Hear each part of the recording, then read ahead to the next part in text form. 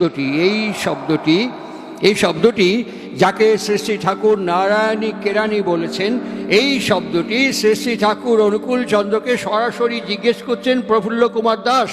ঠাকুর, আমি অনেক যোগী, সাধক, মুনি, অনেক ঋষিকে আমি দেখেছি আমার জীবনে। উনি শ্রীরামকৃষ্ণ সমন্বয়াচার্য অবতার বরিষ্ঠায় শ্রী শ্রী রামকৃষ্ণের একদম প্রত্যক্ষ শিষ্য স্বামী শিবানন্দজি মহারাজ, যার সন্ন্যাস নাম হচ্ছে মহাপুরুষ মহারাজ, তার কাছ থেকে সরাসরি দীক্ষাপ্রাপ্ত ছিলেন।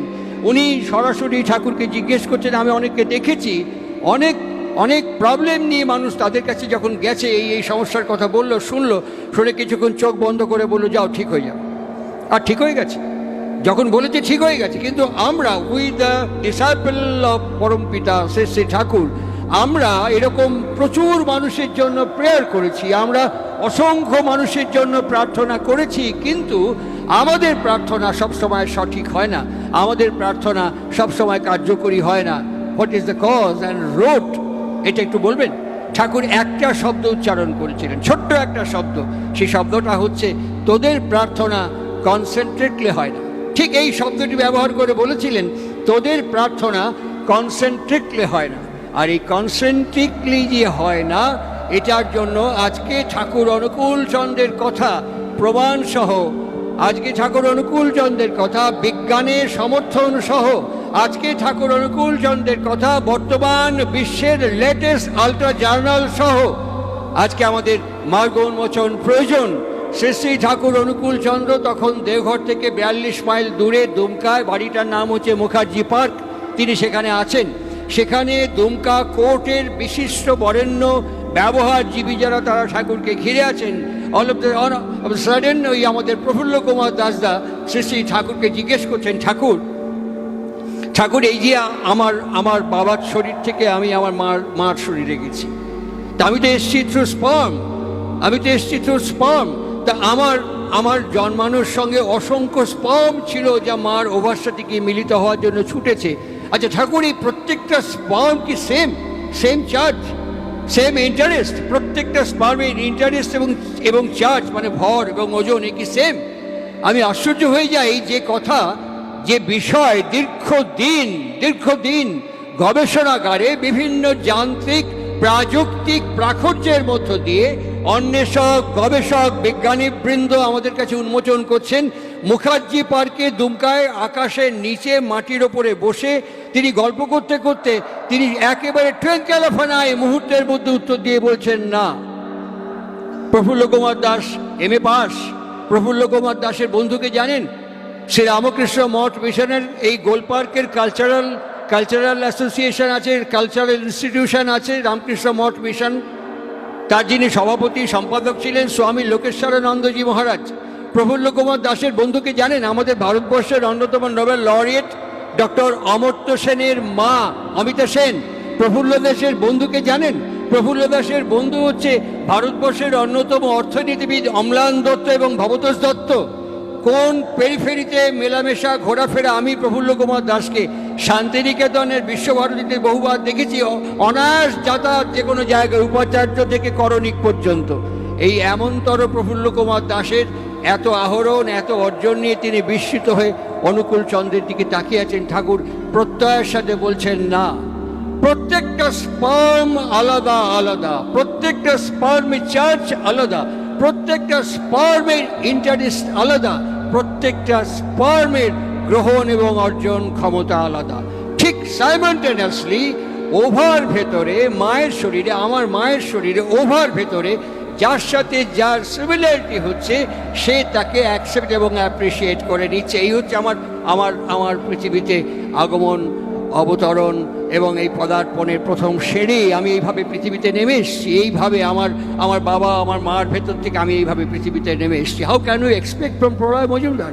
অসংখ্য ত্রুটি, অসংখ্য ভুল, অসংখ্য ফাঁক, অসংখ্য গলদ আমার ভেতরে নিয়ে আমার বাবা সে সময় জানতেন না what is the science, what is the significant of marriage. আমার বাবা গোবর মজুমদার জানতেন না what is the necessity of marriage. আমার মা রেবা মজুমদার জানতেন না what is the significant, what is the necessity of ইউজেনিক।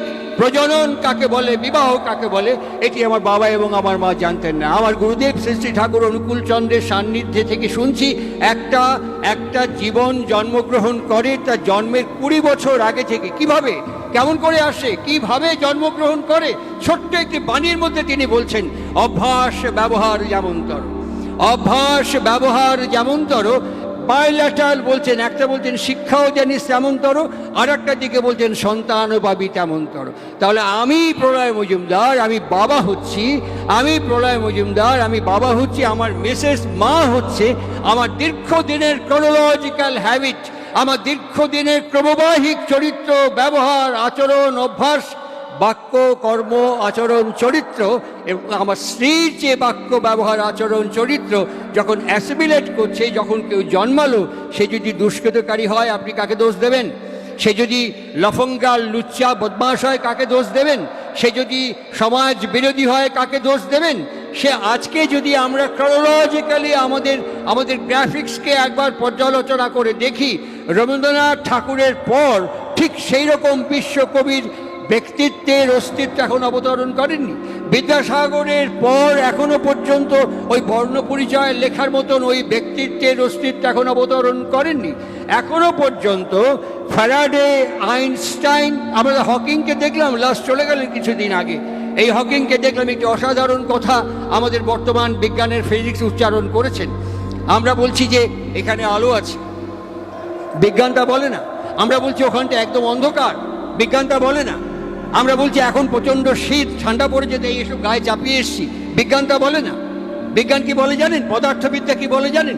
ওরা বলছে এখানে অন্ধকারের অনুপস্থিতি, ওরা বলছে অন্ধকারের মধ্যে আলোর অনুপস্থিতি, এখানে বলছে আমার যে এত শীত করছে, ঠান্ডা লাগছে, এখানে তাপের অনুপস্থিতি। ঠিক সাইমনটেনাসলি শ্রী শ্রী ঠাকুর অনুকূল চন্দ্র এই কথা বলছেন, তোমার জীবন যে কনসেন্ট্রিক নয়, সেই কারণে কোনো কনসেন্ট্রিক পার্সনিফাইড আইডিয়ালের অনুপস্থিতি তোমার জীবনের ব্যালেন্স এবং কোঅর্ডিনেশনকে নষ্ট করে দিচ্ছে। কোনো পার্সনিফাইড লিভিং আইডিয়াল তোমার সামনে না থাকাতে, those are all abstract ideal. তুমি তোমার ইচ্ছে মতো নুরক হয়ে গোবিন্দায় নমঃ বলে যা ইচ্ছে তাই করবে তুমি, তা কিন্তু চলবে না। যা ইচ্ছে তাই করবে তুমি, তা কিন্তু চলবে না। ভালো ছাড়া মন্দ করলে পরিস্থিতি ছাড়বে না। এই বিপন্নতার মধ্যে আমরা বিপন্ন পাড়ায় পরম প্রেমময় শ্রী শ্রী ঠাকুর অনুকূল চন্দ্রের আলোকময় জীবনকে অবলম্বন করে মার্গ উন্মোচনের দিকে এগোচ্ছি। খুব সংক্ষেপে আমার উপসংহারে ফিরবো আমি। তার মাধুর্যমণ্ডিত জীবন, পাশাপাশি দুটো চিত্র। আগেরটা বলেনি, এটা আমার কথা নয়, এটা আমি এই লিলুয়াতে কিছুক্ষণ আগে বলে আসলাম, বা কলোরা বা ডোমজুড়ে এর আগেও বলে থাকতে পারি, এটা রিপিটেডলি হয়তো শুনে থাকতে পারেন, বা আমার কথা এই যারা এই দেবাশিসের বাবা কার্তিকেরা যারা পরিবেশন করেন হয়তো এদের চ্যানেলেও দেখে থাকতে পারেন। তা হোক, আমি আবার রিপিট করছি কথাটা, যদি শুনেও থাকেন আবার রিপিট করছি। এটা সঞ্জীব চট্টোপাধ্যায়ের কথা, আমি জাস্ট আপনাদের কাছে পরিবেশন করছি মাত্র। সঞ্জীববাবু লিখছেন যে একটি ভদ্রলোক বিয়ে করেছেন, তার মা আছে এবং তার স্ত্রীকে নিয়ে এসছেন। আসার পরে মা, বিয়ের আগে পর্যন্ত মা একটু গুড়াকু মাসতো, মা একটু পান দোক্তা সব খেত। আর প্রত্যেক দিন ছেলে যখন অফিসে বেরোতো মাকে জিজ্ঞেস করতো, মা তোমার দোক্তা আছে, তোমার গুড়াকু আছে, তোমার পান আছে, সুপুরি আছে, বারবার জিজ্ঞেস করতো। তা মা বলতো হ্যাঁ, আর প্রত্যেক দিন জিজ্ঞেস করতো, প্রত্যেক দিন বলার সঙ্গে সঙ্গে নিয়ে এসে হাজির করতো। আর ঠিক বিয়ের বেশ কিছুদিন পার হয়ে যাওয়ার পর, এখন বাড়িগুলো তো খুব সুন্দর, ফ্যান্টাস্টিক ডিজাইন। আগেকার মতো বাড়িঘর তো এখন আর দেখতে পাওয়া যায় না। একটা ঘুরেই বিশাল একটা ডাইনিংয়ের মতন একটা লাউঞ্জ, তার উপর থেকে দোতলায় উঠে যাওয়ার মতো একটা স্টেয়ার, একটা ওপরে একটা ব্যালকনি, তারপর সে ঘর। নিচের ঘরে সবসময় বাপ মা ছাই হয়, সুতরাং বাপ মা ওই নিচের ঘরই থাকছে। যুক্তি হচ্ছে হাঁটুতে ব্যথা, কোমরে ব্যথা, পড়ে যেতে পারো, সিট ভিটি ভাঙতে হবে না, ওই নিচেই থাকো, নিচে আমরা লজ্জরে ফ্যান লাগিয়ে দিচ্ছি, ওতেই চলবে, নিজের মধ্যে ঘোরাঘুরি করো। মা বাবাও তাই মেনে নেয়, ঠাকুরদা ঠাকুমাও তাই মেনে নেয়। সুতরাং ওই নিচের ঘরে মা থাকে। ছেলে যখন নেমে আসে প্রত্যেক দিন বলে, বাবা আমার দোক্তা ফুরিয়ে গেছে, জর্দা ফুরিয়ে গেছে, পান সুপুরি ফুরিয়ে গেছে। ছেলে বুটের ফিতে বাঁধতে শোনে, ডিক ডিক ডিক ডিক করে বেরিয়ে চলে যায়। বেশ কিছুদিন বাদে একদিন মা দেখছে, রোজ ভুলে যায়, একদিন দেখছে যে ওপরের থেকে তার বউ, মানে কয়েকদিন হলো, 1 মাস হয়েছে, বউ ফিরে এসে ব্যালকনিতে এরকম করে ভর দিয়ে, এখন তার হ্যাঁ গো শুনছো, চুরি নাড়িয়ে ডাকা এসব উঠে গেছে, এখন ডাকগুলো খুব সুন্দর এসছে। হায়, আর সুতোর ফিতে বাঁধতে বাঁধতে এরকম করে তাকানোর সঙ্গে সঙ্গে বলছে, হাই, এই দেখো এরকম করে একটু চুলকালাম, গায়ে এরকম খড়ি বেরিয়ে যাচ্ছে, প্লিজ একটা নিভিয়া আজকে এনো কিন্তু। তখন মাথাটা নেড়ে চলে গেল। আর মা পাশ থেকে বলছে, আমার দুঃখটা জর্দা সুপুরি পান চলে গেল। ফিরে আসার পর গিন্নি ওপরে ব্যালকনি যেরকম করে দাঁড়িয়ে আছে, তখন বলছে নিভিয়া ছুড়ে দিয়ে দিল, ফট করে ক্যাচ করে নিলে, একদম ফট করে লুপে নিয়ে নিলে এরকম করে। আর মা তখন বলছে যে আমার দুঃখটা পান জর্দা গুড়াকু ভুলে গেছি, পরে আনবো। তুই বউয়ের আঁচলের তলে চলে গেলি, এই কদিন বিয়ে হওয়ার পর বউ যা বলছে প্রম্পট কাজ করছে, আর তোকে আমি এতদিন থেকে বলছি, একটুও মাথার মধ্যে থাকছে না। মাকে দু হাত ধরে নিয়ে একটা টুলের ওপরে বসিয়ে বলছে, মা কিছু মনে করো না, দুঃখ পেও না, এটা হচ্ছে টেকনিক্যাল ফল্ট। আরে বাবা, কেবল ফল্ট জানি, টেলিফোন খারাপ হয়, ইলেকট্রিক খারাপ হয়, কেবল ফল্ট হয়, টেকনিক্যাল ফল্ট আবার কি? বলছে টেকনিক্যাল ফল্ট কি জানো, আমি যখন বেরোই তখন তুমি আমাকে কানে কানে পুটো পুটো করে বলো প্যারালাল, এখান দিয়ে ঢোকে, এখান দিয়ে ফাঁস করে হাওয়ায় মিলিয়ে যায়। আর তোমার বৌমা কিরম বলে জানো, আমি যখন শুই প্রত্যেক দিন সারাদিনের ধকলের পর ক্লান্ত হয়ে শুই, তখন আমার বউ এরকম করে গুঁতো মেরে বলে, তুমি যে খাটটায় শুয়েছেন এটা আমার বাবার দেওয়া, তোমার বিয়ের সময় বউ ভাতে যে খরচা করেছেন ওটা আমার বাবার দেওয়া, তুমি যে ডিগ করে যাও না ওটা আমার বাবার কিনে দেওয়া। আর তোমাকে এতদিন থেকে বলছি একটুখানি মনে থাকলে একটা নিভিয়া নিয়ে আসতে পারো না, একটা নিভিয়া আনতে পারো না, একটা নিভিয়া আনতে পারো না। এই প্রত্যেক দিন গুঁতো খাই, একটা কান দিয়ে এরকম করে শুনি, শুয়ে থাকি, বালিশে একটা কান প্যাক করা থাকে আর একটা কান দিয়ে ঢুকে স্ট্রেট ব্রেনে গিয়ে হিট করে, মা বুঝেছি, একদম স্ট্রেট ব্রেনে হিট করে, ওই জন্য ওটা প্রম্পট হয়। আর তুমি বলো এখান দিয়ে ঢুকে এখান দিয়ে বেরিয়ে যায়, ওই জন্য মুশকিল। 39-40 সাল নাগাদ সম্ভবত প্রফুল্ল কুমার দাসদা লিখেছিলেন। আর যখন প্রফুল্ল দাস সাথে দেওঘরে আমার দেখা, আমি বললাম আপনি তো আহ্বানী মন্ত্র লিখেছেন, যখন ডিকটেশন দিচ্ছেন তখন তার ফিজিক্যাল ফেনোমেনা কেমন ছিল? প্রফুল্ল কুমার দাসদা আমাকে পরিষ্কার বলছেন, যখন উনি বলছেন প্রত্যেকটি অ্যাজ লাইক অ্যাজ অ্যাটলাস তার সমস্ত এম্বডিমেন্টের মধ্যে ফুটে উঠছে। ঠাকুর দিয়েই বলেন, প্রফুল্ল আমি যখন করছিলাম তখন কি তুই এখানে কিছু দেখতে পাচ্ছিলি? বলে হ্যাঁ, আপনি যা বলছেন তো এখানে দেখতে পাচ্ছি। তখন বললেন, এখন থেকে তুই আমার এই রূপটা ধ্যান করবি। বললেন ঠাকুর হারিয়ে যাচ্ছে, এই কিছুক্ষণের মধ্যে ইভাকুয়েট করে যাচ্ছে। ঠাকুর এরকম করে বলেছিলেন প্রফুল্ল দাসকে, এতটুক মনে আছে তো? যদি এতটুক মনে থাকে, ওইটা সবটায় জাপটায় আস্তে পেস্তে ধরে ওইটাই ধ্যান করবি। প্রফুল্ল কুমার দাস দেওঘরে আমাকে বলেছিলেন যে আমি এখনও ওইটাকেই ধ্যান করার চেষ্টা করি, ওই রূপ, অভাবনীয় রূপ। এই বিগ্রহের সে পদপদ্মে আমরা বসেছি। আমার করণীয় কি? আমি উপসংহার পর্বে ফিরছি। এতক্ষণ যে কথাগুলো বললাম তাকেই যেন জানিতে পারি, এই যে স্থাশ্রু এবং চলিষ্ণু কেমন। প্রফেসর পঞ্চনন সরকার তখন হিমায়তপুরে একা গিয়েছিলেন। গিয়ে ওনার একটা ধারণা ছিল, এত দিগ্গজ পণ্ডিত মনে করতেন নিজেকে, ওনার একটা ধারণা ছিল যে সমস্ত বুদ্ধি এবং বিদ্যা এখানে থাকে, এইখানে মাথার মধ্যে। সুতরাং এটাকে নরম জায়গায় রাখতে হবে, নরম বালিশে রাখতে হবে, জানার পরে বুদ্ধি চোট খাবে, বিদ্যা চোট খাবে। ওই জন্য উনি তো সেই নরম বালিশ হিমায়তপুরে পাচ্ছেন না। জননী মনমোহিনী দেবী সব দেখাশোনা করেন। মা তখন খাতাপত্র হিসেব করছেন, উনি গিয়ে দাঁড়িয়ে গলা খাকারি দিলেন, বলেন কি কিছু কবি পঞ্চানন? বলতে হ্যাঁ, আমার একটা নরম বালিশ দরকার। মা মনমোহিনী দেবী খাতার হিসেব করতে করতে বলতেন, তুই বাড়ি চলে যা, বাড়িতে মাথার নরম বালিশও পাবি, পাশে কোল বালিশের মতো বউও পাবি, এখানে আর দরকার নেই, তো এখান থেকে চলে যা। খুব অভিমান হয়েছিল, একবারে অহংকারী দাম্ভিক ব্যক্তিত্ব, খুব আহত হয়েছিলেন উনি। তখন ভাবলেন যে এর একটা বিহিত করতে হবে। উনি তার গুরু ভাইদের সমস্ত আর যারা আশ্রমিক ছিলেন ওদেরকে বললেন, আমি আগামী পূর্ণিমায় পদ্মায় ঝাঁপিয়ে আত্মহত্যা করব। এই কথাটা ভয় পেয়ে গেল আশ্রমের সবাই। উনি সবাই গিয়ে মাকে বললেন, মা পঞ্চানন্দ বলছেন আগামী পূর্ণিমাতে আত্মহত্যা করবেন পদ্মায় ঝাঁপ দিয়ে। মা তখন বললেন, পূর্ণিমার এখনো ঢের দেরি, ঠিকই যখন করেছি এখনই ঝাঁপাতে কর, যখন ঠিকই করে ফেলেছে তখন এখনই ঝাঁপাতে কর, পূর্ণিমার এখনো ঢের দেরি আছে, এখনই ঝাঁপাতে কর। তখন তিনি বললেন, এই ভয় দেখেও কোনো লাভ হলো না। উনি সৎসঙ্গ আর্ট গ্যালারিতে ঠাকুর বসে আছেন, সেইখানে যখন উনি আসছেন হিয়ারিং রেঞ্জের মধ্যে ঠাকুর তখন বলছেন, একদম নরম বালিশ, বুঝেছিস, একদম নরম বালিশ, মাথা দিলেই যেন টুক করে ডুবে যায়। পঞ্চানন সরকার, এই না হলে অন্তর্যামী পরমপিতা? হ্যাঁ, এই ঠিক বুঝতে পেরেছে, মা তো পরমপিতা না, ঠিক বুঝতে পেরেছে, একদম নরম বালিশ, ঠিক বলেছে। এই করতে করতে পঞ্চানন্দ এগিয়ে আসছে। ঠাকুর তখন বলছেন, এখনই যাবো আর আসবো, আসুন বালিশটা নিয়ে ওয়েট দিয়ে দেবে। এইবার পঞ্চানন্দ দেখলেন যাকে দিচ্ছে তার নাম দুলাল ম্যাথর। এই দুলাল ম্যাথর ওখানে খাটা পায়খানা সাফ করে। ঠাকুর বলছে ওয়েট দিয়ে দিবি, কোথায় দুলাল মেহতোর, কোথায় প্রফেসর পঞ্চানন সরকার? আবার একবার ডিগবাজি খেলো। ডিগবাজি কে ভাবছে এটা কি ঠিক জায়গায় এসছি আমি? এই বারবার দ্বন্দ্ব, একে বলে প্রতিদ্বন্দ্বী ইচ্ছা, পণ্যপুথির মধ্যে বলেছে।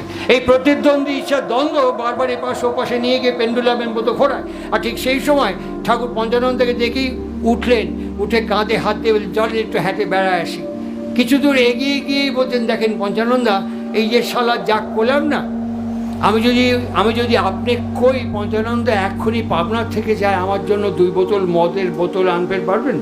আপনার ভেতরে কত প্রশ্ন, কত জিজ্ঞাসা। মদের বোতল? আমার গুরুদেব মদ খায়?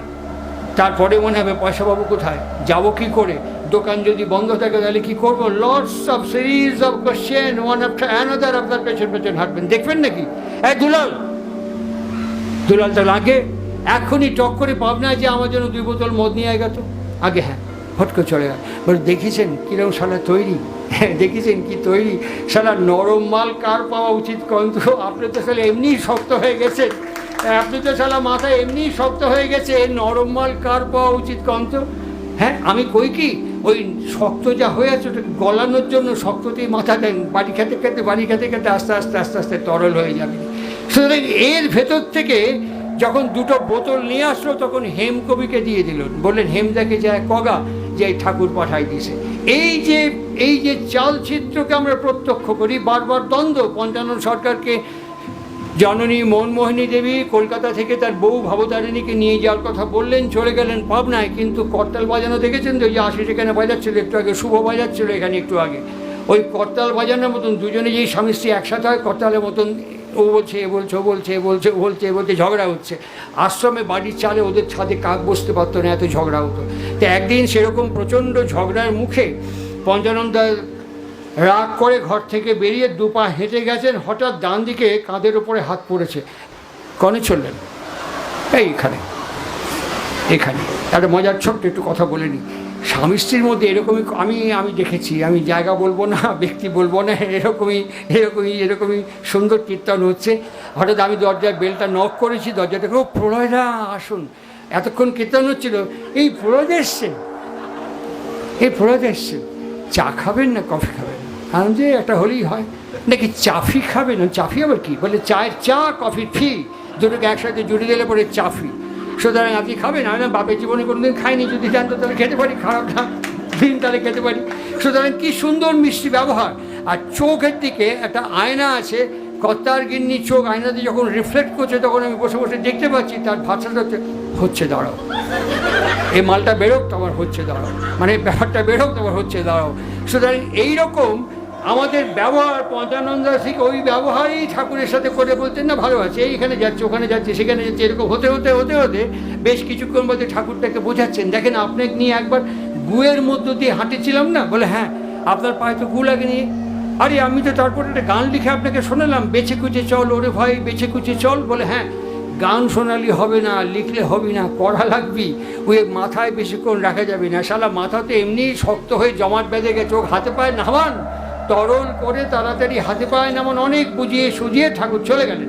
পঞ্চানন সরকার ঘরে ঢুকে দেখছেন ওর বউ চেয়ার থেকে একটা আসন ভাঁজ করে কপালে ঠেকিয়ে রাখছেন। কে এসেছিল ঘরে? ঠাকুর। কে? ঠাকুর এতক্ষণ আমার সঙ্গে ছিলেন, তোমার কাছে এসছেন, আবার কীর্তনের মুখোমুখি।